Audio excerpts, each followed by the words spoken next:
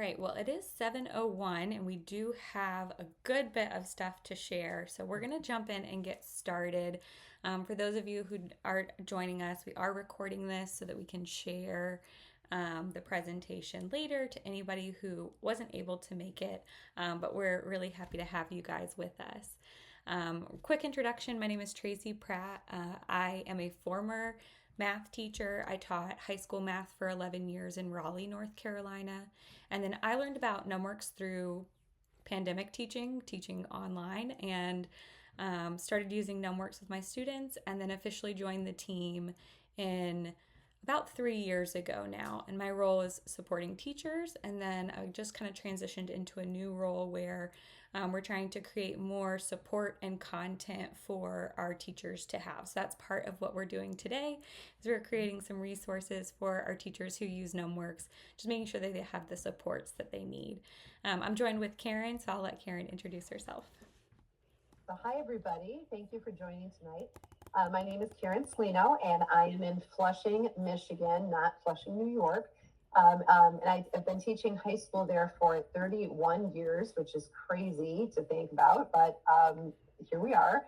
I have been attending the AP reading for 20 years as of this year, and I'm currently an exam leader. So what that means is I'm in charge of a certain set of questions and making sure that they are graded fairly and consistently across the board. And if any issues come up, they eventually float up to me. So that's my job at the reading.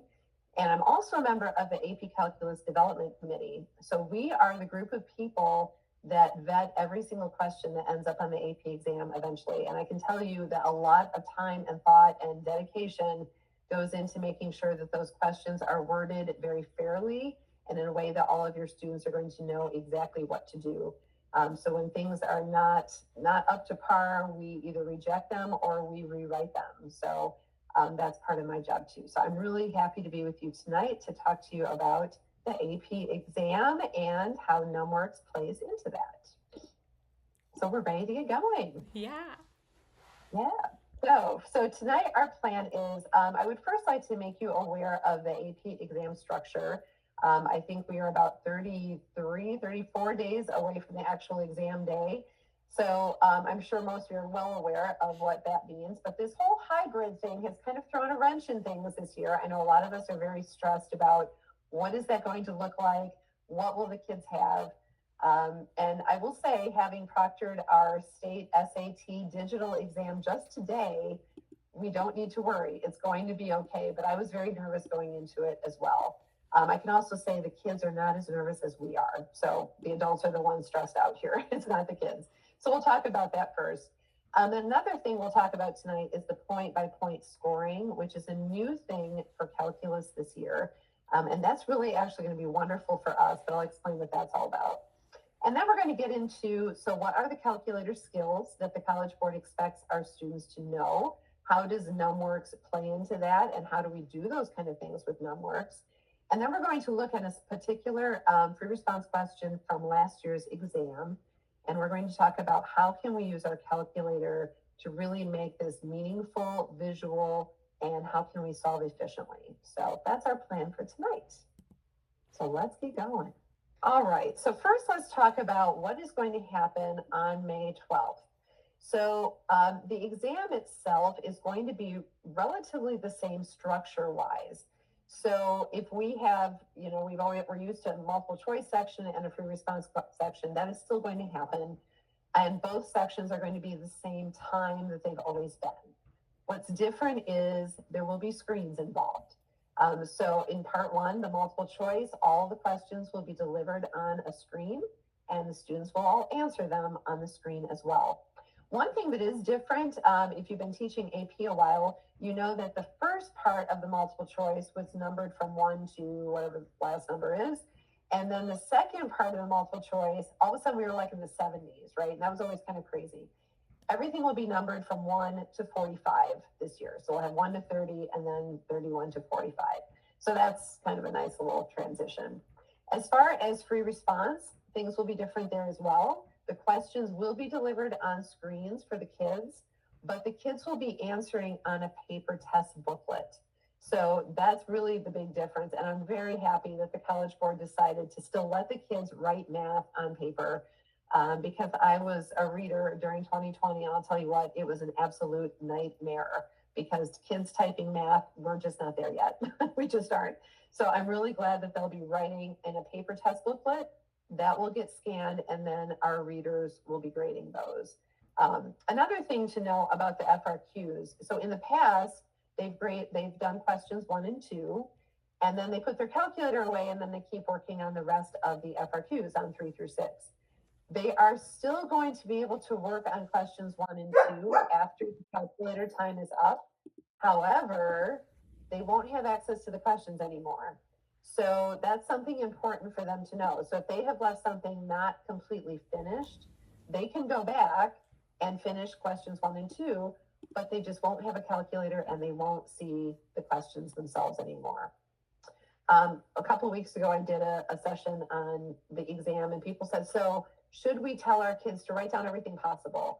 And my answer to that is, I don't think so, because you only have 15 minutes per question. So you really don't want to spend your time trying to recopy the whole question. You want to spend that time solving and getting answers. So I would not recommend writing down as much as you can. Just try to get the problem done. And if there's a little bit that you can't finish, you can do it perhaps later after you lose your calculator.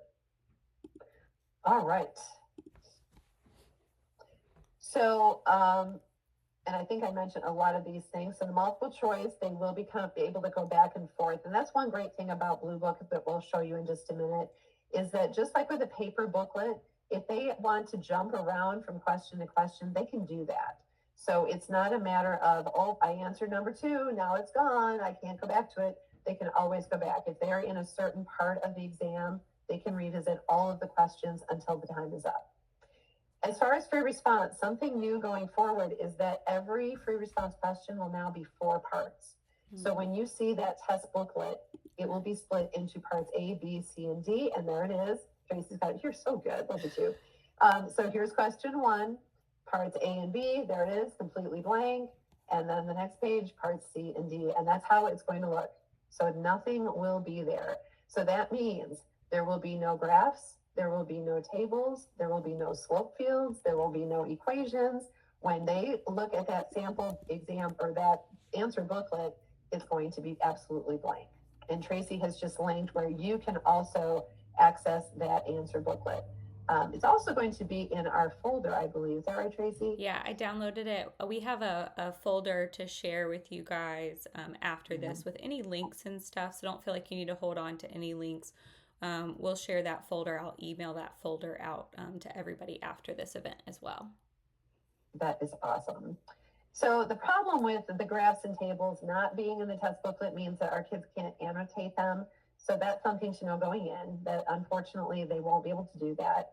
But the good news is they know there are certain questions they won't have to do. For example, they will never have to draw a slope field again, because that's something you would do on paper, and that's not going to happen. So some things will be different, but many things I think will be the same. All right, let's take a look at Blue Book. So you probably noticed AP Classroom has been evolving in how it's looked this year. The whole point of that is to give kids the experience of seeing what Blue Book will look like. So this is what a question in Blue Book will look like. A few things that I would like to mention to you that you can definitely share with your students. And the first one is the timer. So this is at the top of the screen. So as soon as they put in the code for the exam and the exam begins, that timer is going to start. They cannot pause it. They cannot stop it. If they decide to take an unscheduled break in the middle of a section, the timer keeps going. So it's not going to stop. But one thing they can do is to hide the timer. So I know a lot of my kids get really stressed out when they have a timer on the screen and they say, I just don't want to look. I don't want to see it. So they can hide it here if they want to. And as I was walking around our SAT today, I saw that there were a good handful of kids who had hidden the timer. They just didn't want to know, but they knew it was still going on. So that's a really nice little tool. Another thing students will be able to do is in the upper left corner of every question, you'll see a little shield, and it's called Mark for Review. So when we do multiple choice or any kind of test question, sometimes we leave one and say, you know what, I don't want to do this right now. I'm going to move on and I'll come back to this. But when you're on a screen, it's really hard to know what to come back to. So this mark for review is there so that kids can flag any question that they don't want to answer right now and then come back to it.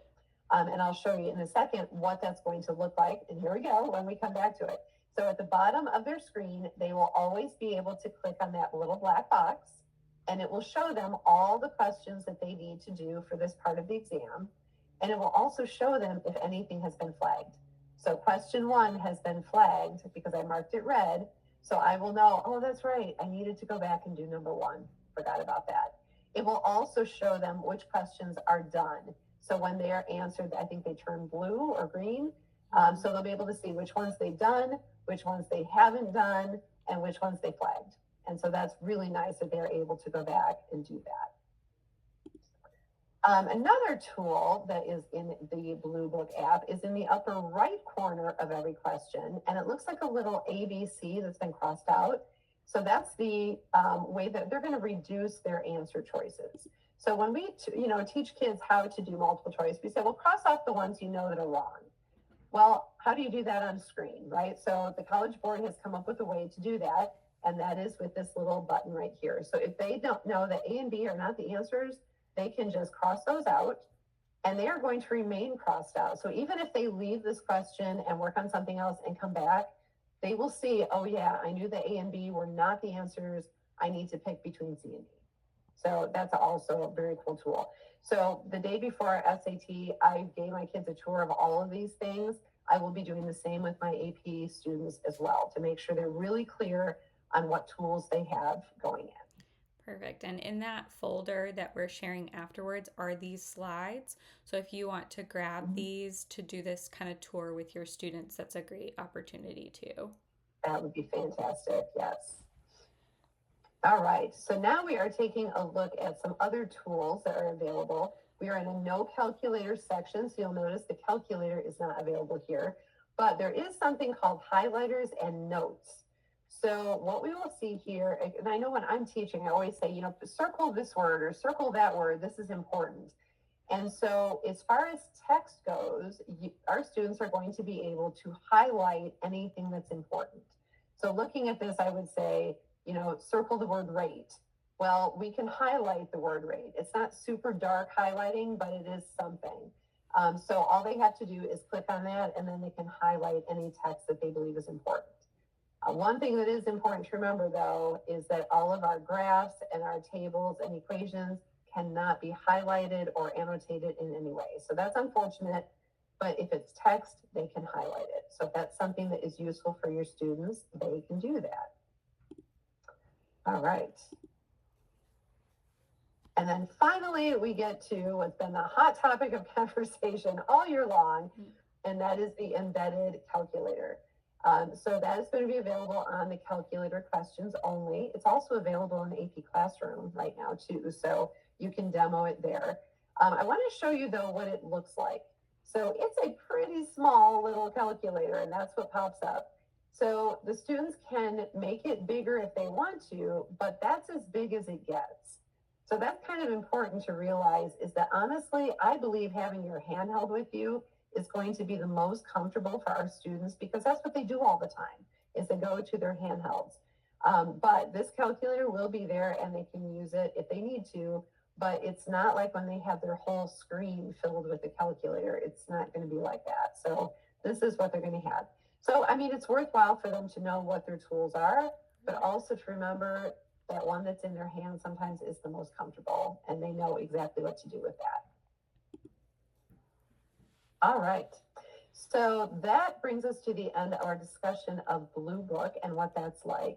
So now I would like to talk a little bit about the point-by-point scoring. The kids are not going to know this is happening. In fact, no one's really going to know this is happening until you get your reports this summer. And then you're going to say, oh, these look different. So I want to give you a bit of a tour of why this is happening. So I'm going to take you back to 2013. This is question ABBC4. So we have this lovely graph with some areas labeled and so on.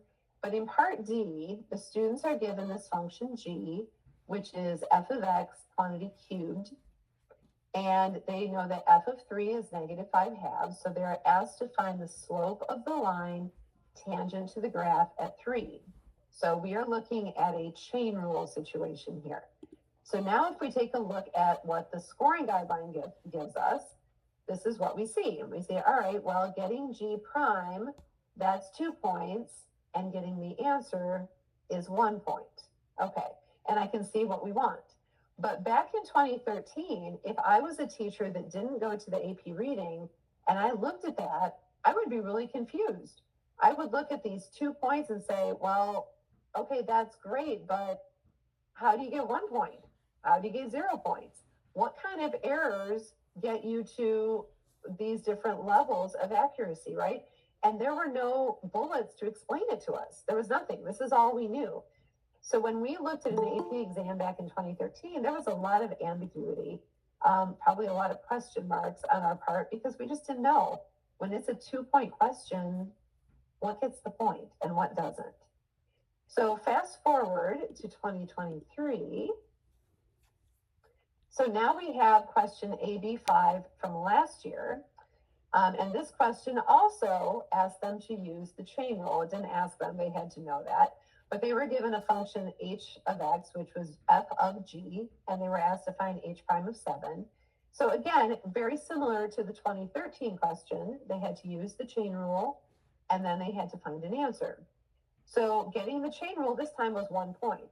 So it's a little more clear for us now to say, well, okay, if they do their chain rule correctly, they get a point. And if they get to the answer of 12, they get a second point.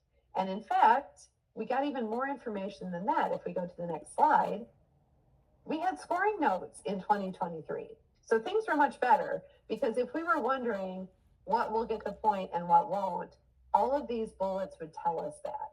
So that's really great. So we've come a long way in those 10 years from just looking at some general notes and trying to guess to actually finding out this is what happened at the AP reading. This is what went on. This is what gets points, and this is what doesn't. But the thing that is still the issue is, what about our kids, right? When we get our reports in the summer saying, here's how our students did on AB5, if our average is a 7 out of 9, how do we know where they didn't do well? I mean, was it that they couldn't do basic arithmetic for that second point? Was that it? Or did they not know the chain rule? Or maybe it was in a completely different part of the problem. We have no idea, right? And so when we're trying to improve our teaching from year to year, having an average of 7 out of 9 just means, well, they did well, but I don't know where they didn't do well. So this year at the AP reading, we will not be submitting a score like 7 out of 9. Instead, what we will submit is what you see in that third bullet point. Every single point will either be awarded or not awarded. So we will be clicking through every single point. So you might get a 1, 0, 1, 1, 1, 0, 1, 1, 1. And that will tell us, exactly what points were earned and what weren't. So when you get your reports this summer, your IPRs, you will be able to see how many of your kids earned the first point, how many earned the second point, how many earned the third. And so you will see if their issues were they didn't include their units, or if it was something bigger, like they really didn't understand how to do the chain rule or how to use the fundamental theorem. That's going to be so powerful for us figuring out what we need to do in our classrooms next year. So it's going to be a lot of clicking for us at the AP reading, but I think it's going to well pay off for all of us when we get those results. For sure. So does anyone have any questions about either the Blue Book, the app, the hybrid exam, or about the point-by-point scoring before we get into our calculator stuff? All right, Lori has a great question. Will scoring be done online? Yes, all of those booklets that the students use to write their answers will be scanned, and that is how we grade now since 2020. So we will have some readers who will be on site in Kansas City grading on computer screens. We will also have some readers at home grading on computer screens. So no matter what, all of the work is scanned in, and that's how we score them now.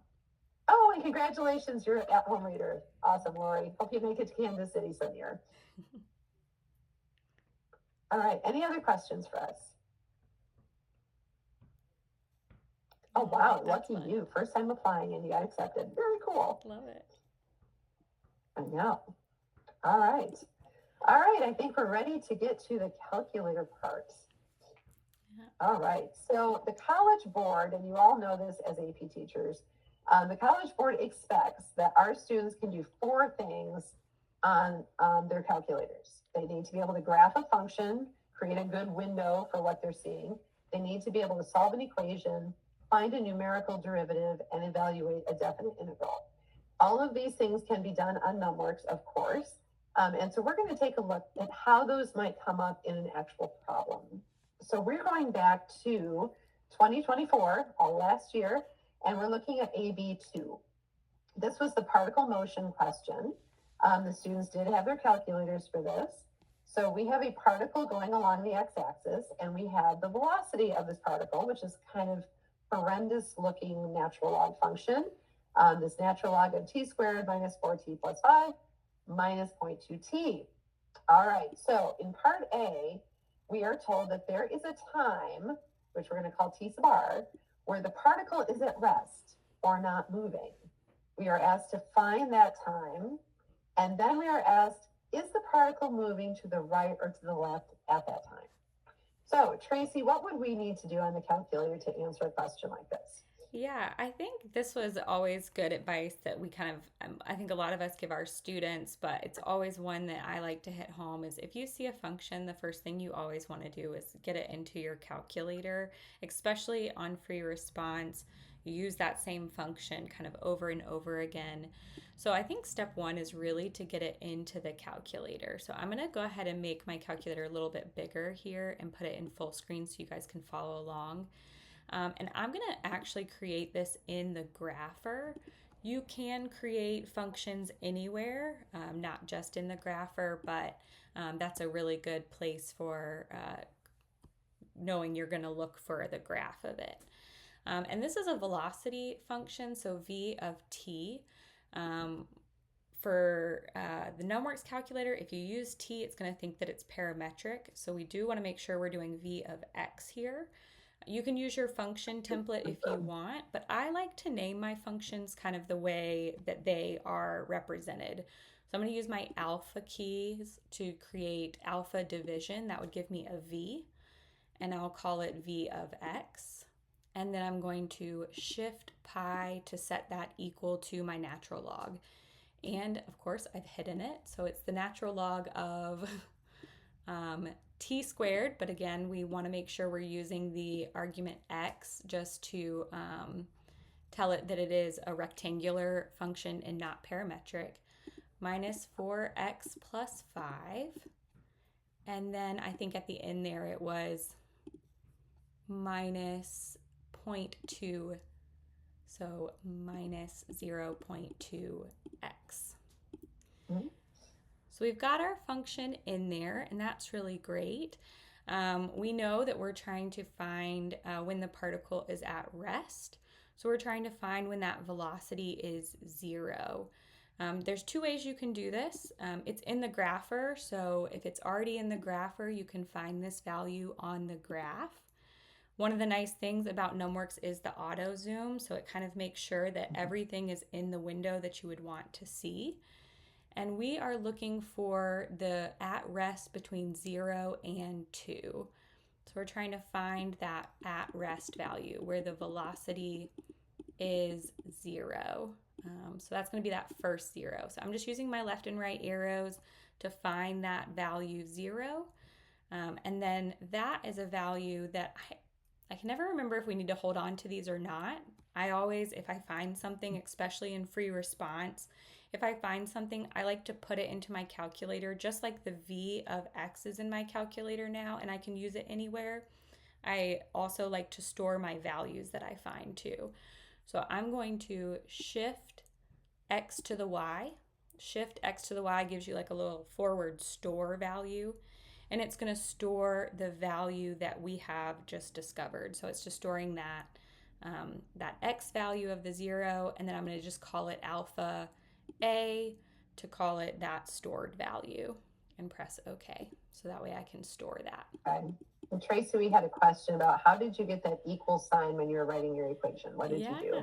Yeah. So the on pi, the yellow option there is the shift pi is the equal sign. And no such thing as a silly question. Nope, not at Actually, all. There's a lot of stuff going on here. yeah, for sure. We also worth this is not calculus totally related, but if you're graphing inequalities, you can also combine shift square root is your less than symbol, so you can combine those. So you can do like less than, so shift square root, and then shift pi to get the less than an equal sign. So you can combine them there too. Okay, so we have this value where we are at rest, where the velocity is 0. And then the question is it moving to the left or to the right from 0 up to that rest time? So from the x value 0 to this x value where we're at rest. And we can see that the velocity here is positive.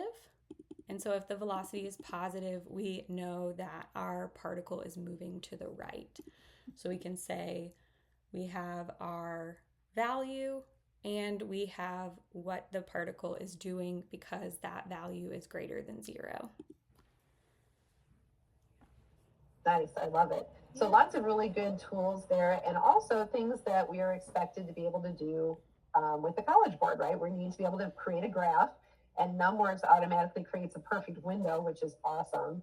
And we have to be able to solve an equation, and NumWorks does that automatically because it just falls right to that point we're looking for. So very cool. So we have just earned 2 points. 2 points.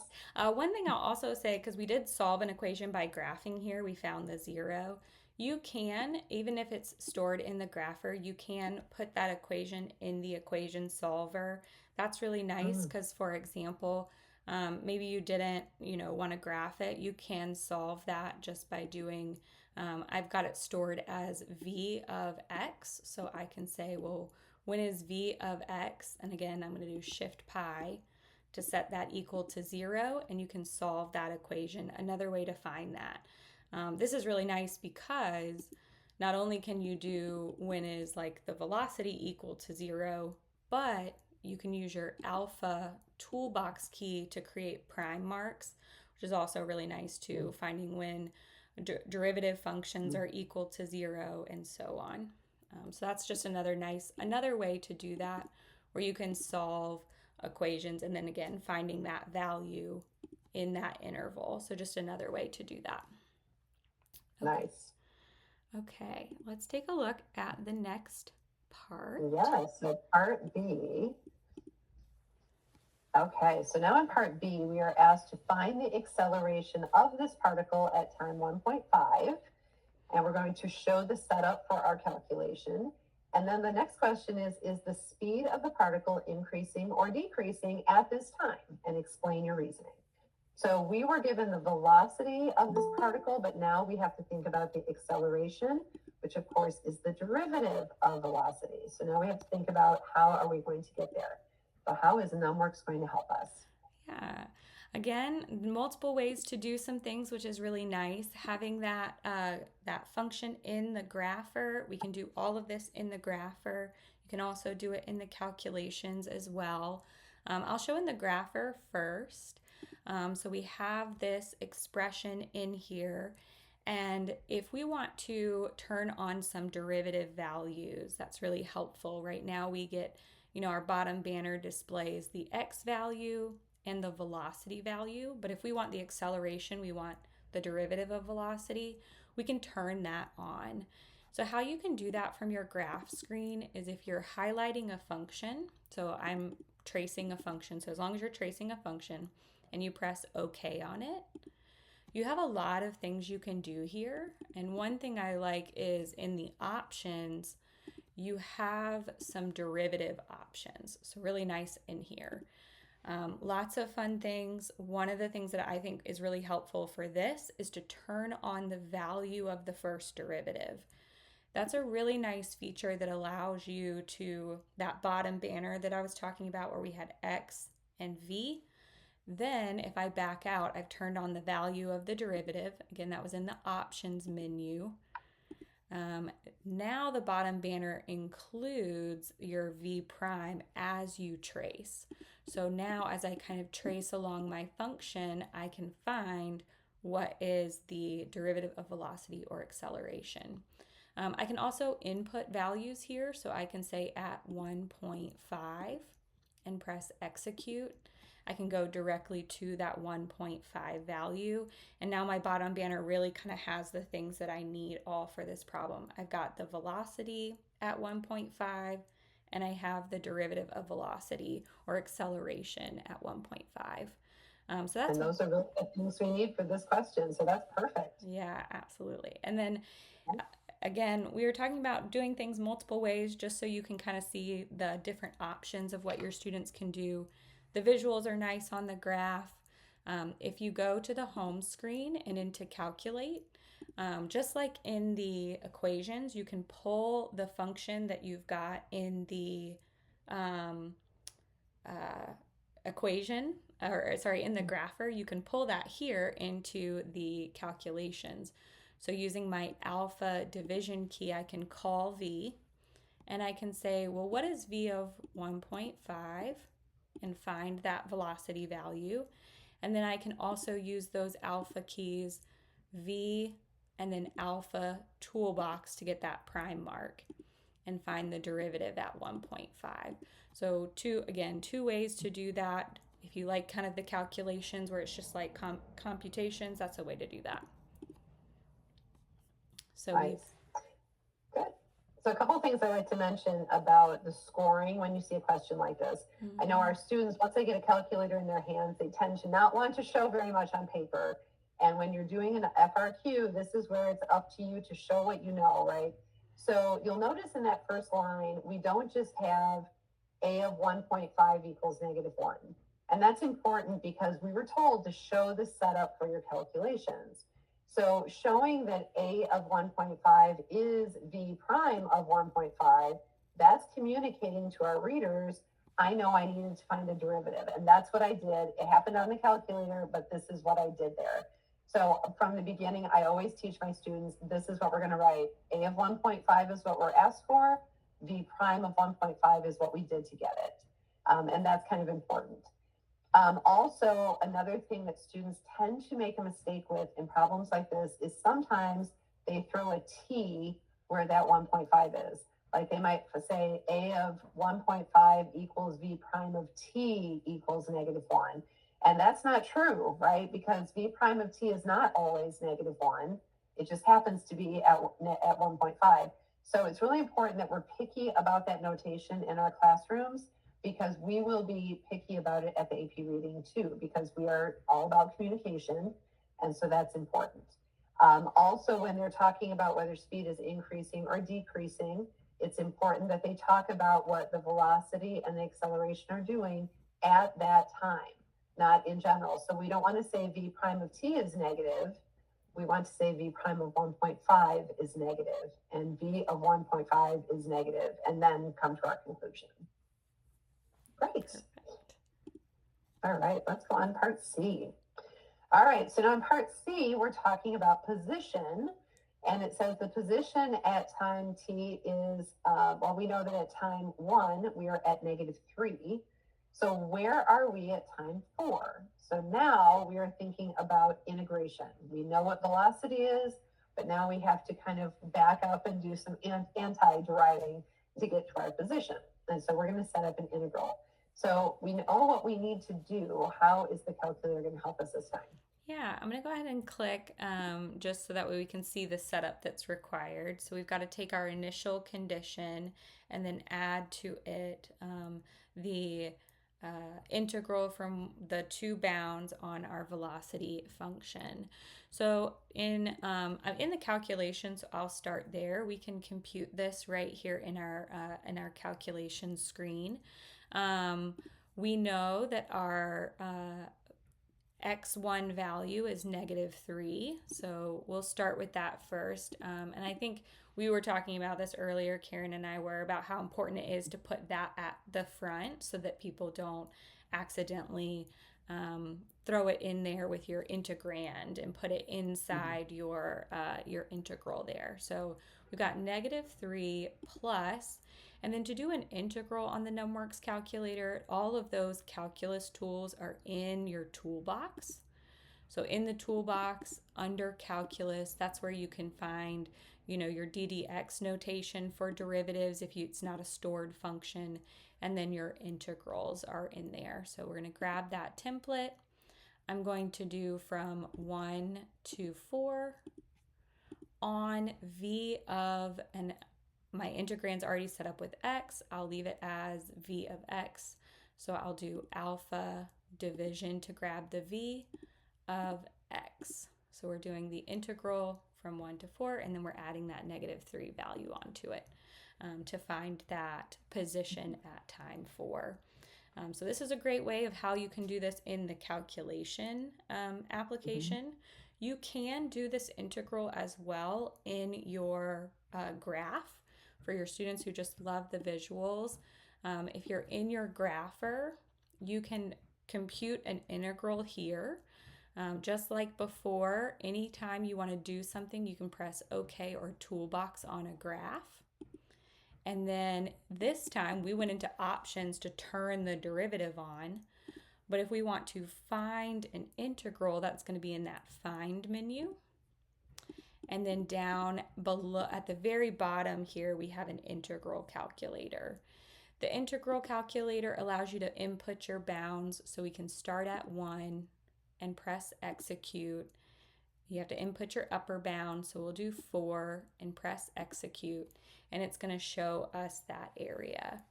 Now you might notice that this doesn't have the plus -3 option on it.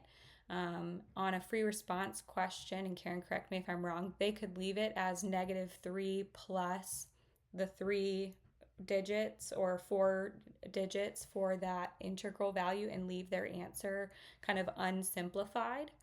Absolutely, yes. Okay. Or you can, if they want to do the simplification, on an integral screen, your copy and paste will copy and paste that value. So if I shift, copy is the VAR key right there. It's a little bit hard to see. We're missing the -3, so it's not the same result. That's right. So Lori, what I was saying about we could either write it as -3 plus this value and leave the solution unsimplified, or I'm copying, so I just did a shift copy to copy that integral value, and then I can come into the calculations and I can do the -3 plus that shift paste. That's really nice because it will, oh, good point. Lori says, but that value -3 is not this, which is what we got before. The 8.197 value, I had gotten the integral area to be 0.197. Right, but you are getting the same answer for both here, right? Yep. Okay, so what was the part that wasn't matching? No. Oh. Oh. I haven't. I love it. Happens to all. Yeah, no, I think we're okay. Yeah, okay, good. Okay. Yeah. Perfect. Oh, that's okay. Oh. Now, I can see how that would happen. That's right, because it has a little dot there in the 0. One thing I should mention too, so if we are can we go back to the graph screen for a second? Sure. So a lot of times when kids are doing math or calculus, they are doing kind of stream of consciousness. So, right, so just a minute ago, you saw the definite integral at the bottom of the screen that equaled a number. And kids will write that. They'll say, oh, I know what I need to do. I need to integrate from 1 to 4. And so I do that. And then they write that down, and then they say, oh, wait a minute, but I have to subtract 3. So they might write exactly what you're seeing right now, and then at the very end say -3 equals the correct answer. And what they have just done is made a whole string of things that are not equal, even though they've tied them together with equal signs. And so at the AP reading, we would call that linkage. and that will lose a point even if they landed at the right answer. So it's really important that we kind of teach them, start off with your -3 because that's where you begin, add the integral because that's your change, and then your answer will be your answer, instead of saying, okay, I need to do this, and then tacking a number on the end, because that will make things that are not equal. That's a good point. Yeah, awesome. All right, so then that got us our integral value, and then we can Yeah. move on to part D. So part D is asking us to find the total distance traveled by this particle from time 1 to 4. So we know that means when we look at this graph, there's a little bit where we can see the particle is moving backwards because there's a negative velocity. So what we need to do is make that negative section positive so that we can compute a total distance. So there's the easy way and the hard way, but we're going to take a look at the easy way, and that is to just integrate the absolute value of our velocity function. From 1 to 4. So how do we do that? And by the way, I love the shading that is on the graph for the NumWorks. That's so cool. Yeah. So the kids can see here's some positive area, and we also have some negative area. Yeah. So let's make it all positive. Yeah, so again, if you want to do that in the graph, I think probably the best way to do that in the grapher would be to actually create the absolute value of the velocity function. So here in my add an element, I'm actually going to create a second object. I'm going to use my toolbox to do that. And the first or third thing right there in the toolbox is the absolute value bars. So if I press OK on that, then I can put my velocity function. So again, alpha division gets me my v, and using parentheses to do v of x. And that's going to make all the velocity positive. And so then when I go to find the velocity, I can do an integral on the one that has been made totally positive. So again, I'm on the totally positive one. I can press OK. I can find an integral. So I'm going down to the integral. And we can find the integral from, what was it, 1 to 4? 1 to 4, right? Okay, perfect. So we're finding the total distance from 1 to 4. And then you can see that all of that area is now above the x-axis. So that's how you can do it in your grapher. You can type this same integral into your calculations as well. So if you didn't want to create the other absolute value function, you can, in your calculation application, I'm actually going to go up and just copy this. So when you're highlighting something, I can copy it and edit it how I want. So I need to remove that plus -3.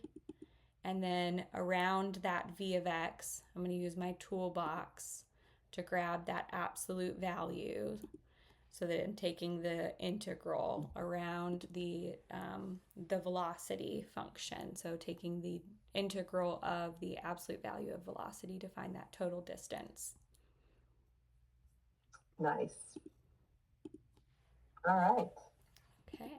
And there we go. Perfect. Oh, perfect. So if you're curious, every free response question, of course, is out of 9 points.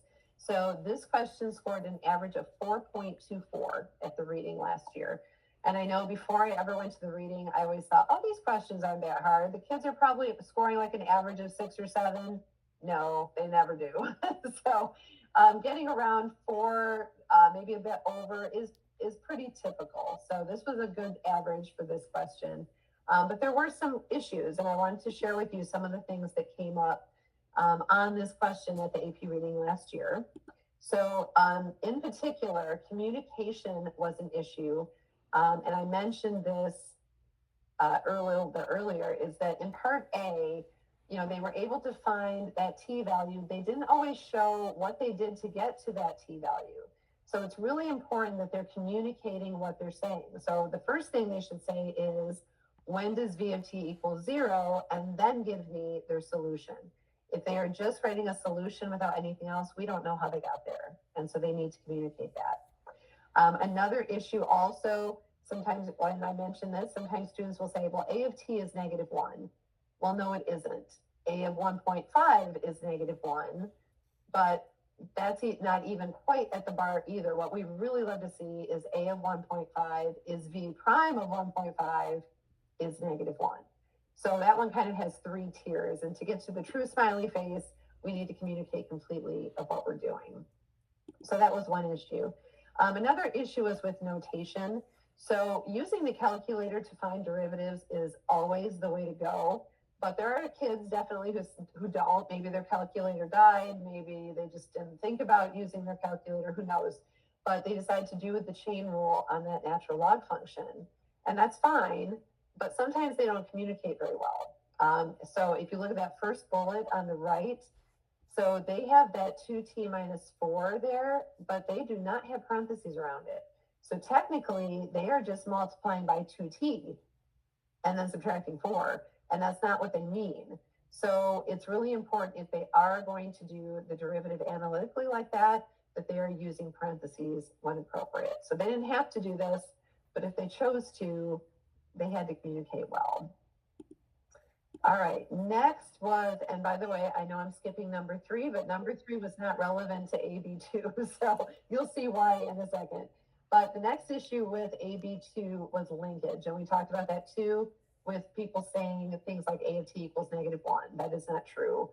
Or putting things together that were not true, like with that -3.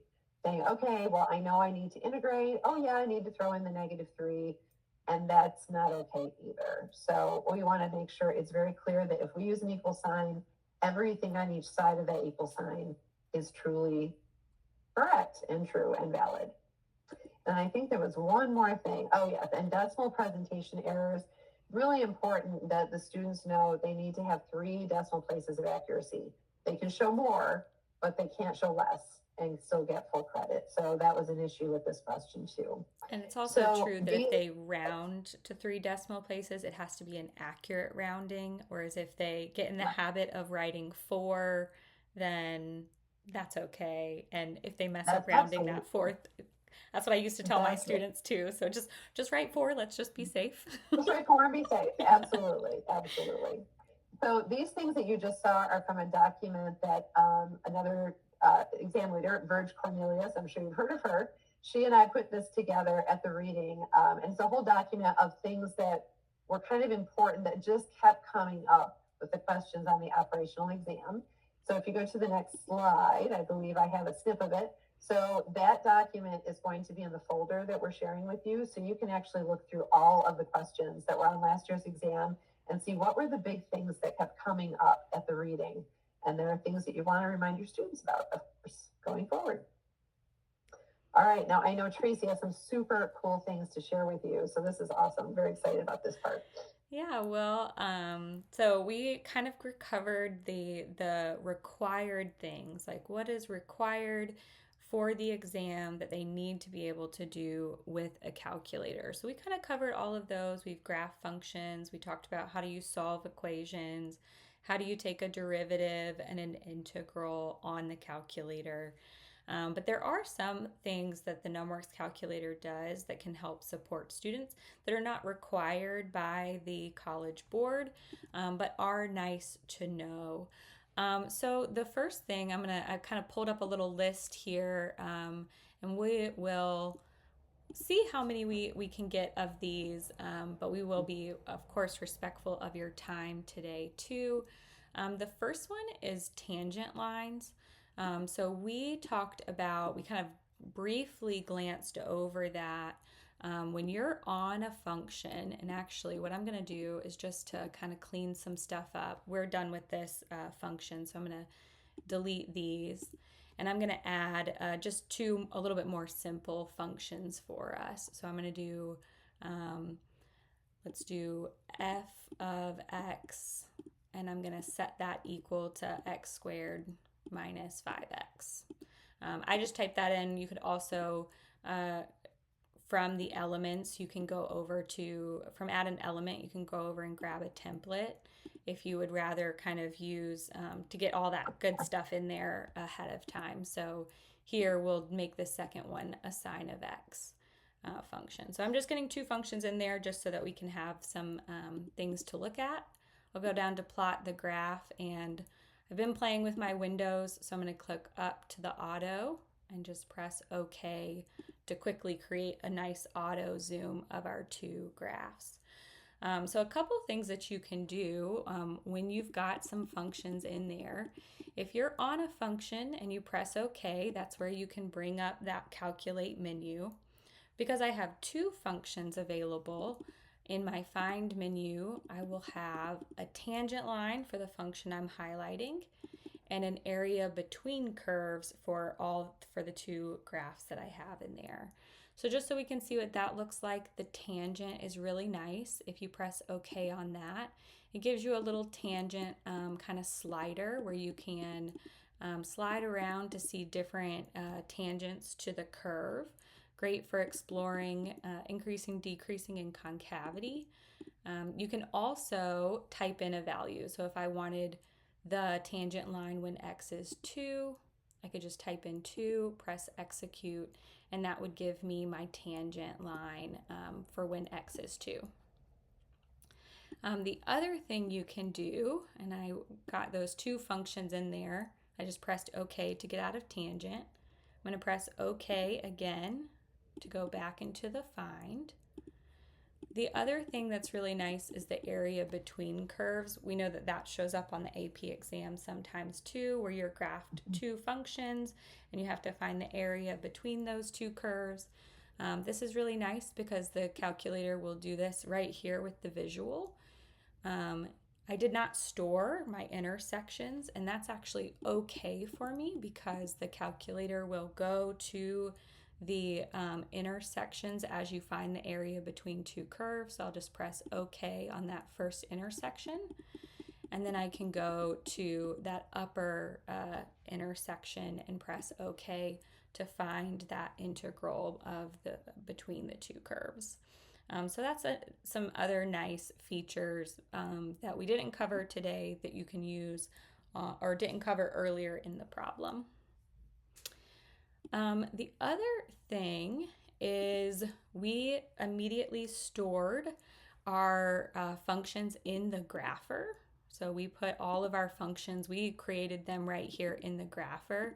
But I found myself often in, and I'll admit, Jennifer, often sometimes in the grapher, what I would do is, in BC, what I would find myself doing is not needing to graph things. Sometimes I just want to do some calculations. You can actually control your functions in the calculation application. You don't have to be in the grapher to add a function or to see your functions, what they are.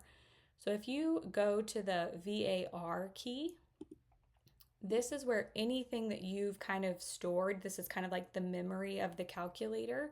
You can see that I've got functions in there. You can clear them out from here. So maybe I don't even want this f of x anymore, or the g of x, or you can also create new variables. That will also include functions. So for example, if I wanted to create a function, I could create that x squared minus 5x, and I can store that as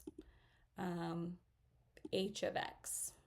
So you can create a function right here, and that's really nice because then it's available and it's there. And now you can create, a function here without ever even looking at the graph. You just need to do some computations with it. And you want to store it so that you can reuse it over and over and over again. So that's a good one. Some of these other ones are for sequences and stuff. And I have a slope field generator. For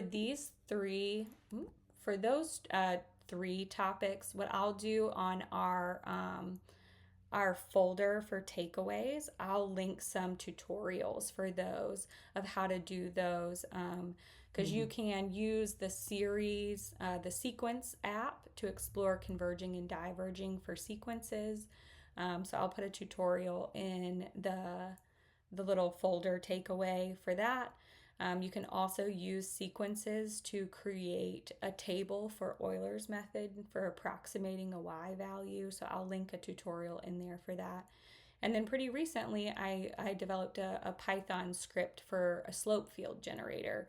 Luckily, as Karen mentioned, students aren't going to have to draw slope fields anymore, but your students might want the ability to visualize some slope fields. So I wrote a Python code that will kind of allow students to load that onto their calculator, and they can use it to create slope fields to view them.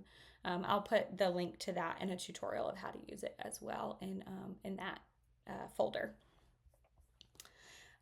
Okay, so I'll skip through those because we won't have time this evening, but I wanted to make sure we shared those resources. So I'll also put the link of these in, well, that's not helpful. Put the link for these in the chat too. I don't know if I can do that. Let's see. Yes, I can. I can put the links to these in the chat. Again, what's in here is I put the free response booklet, so you guys can download the sample free response booklet, helpful links provided during the webinar. So that's where I'll link all of those things. Our presentation today is in there, so if you want to grab anything from that, and then the takeaway tips that Karen mentioned would also be in there. I'll send this link out to this folder in an email after this webinar too. And then the last thing that I will share is a survey, just so we have that, and then I'll stop so we can take some questions at the end. This is a survey. If you're attending live today, you can submit for a certificate of completion if you need any CEUs, and then you can also provide feedback on today's webinar. But I'm going to pause here for a moment to see if we have any questions from our attendees. Thank you guys so much for being here. If there are any questions we can answer, we'd be happy to. No, thank you so much for having us. Thank you. We appreciate you coming. Yeah. So I just have a real quick question because they don't make students clear the memory or anything on their calculators anymore when they enter the exam room. Because I was curious about the Python code and everything for slope fields because I had seen that. And I thought, oh, that'd be cool. But then I thought, well, do they make kids reset their calculators or clear their memory of anything before they take a test? Yeah, they do not ask them to do anything like that. They just make sure it's a valid calculator, and that's all. Oh, that's fantastic. Okay, great. Mm-hmm. Yeah, great question. Thanks. Well, again, thank you guys so much. I'll keep an eye out on the chat here for just a moment and make sure we don't have any questions that are being currently typed. But thank you guys so much for being here. Karen, thank you so much for joining us today. Your breadth of knowledge about the course and the structure and all of that are so beneficial. So we're so grateful to have had you with us. And yeah, Thank you, Tracy. This has been so much fun. Oh, great. Good. I'm so glad. Well, hopefully we'll see you at, are you going to be at the AP conference this summer? Okay. Absolutely. Okay. Well, Boston, here we come. Boston, here we come. And thankfully not in the winter. So very excited. Right. Good point. Yeah. Well, thank you guys again. Thank you all.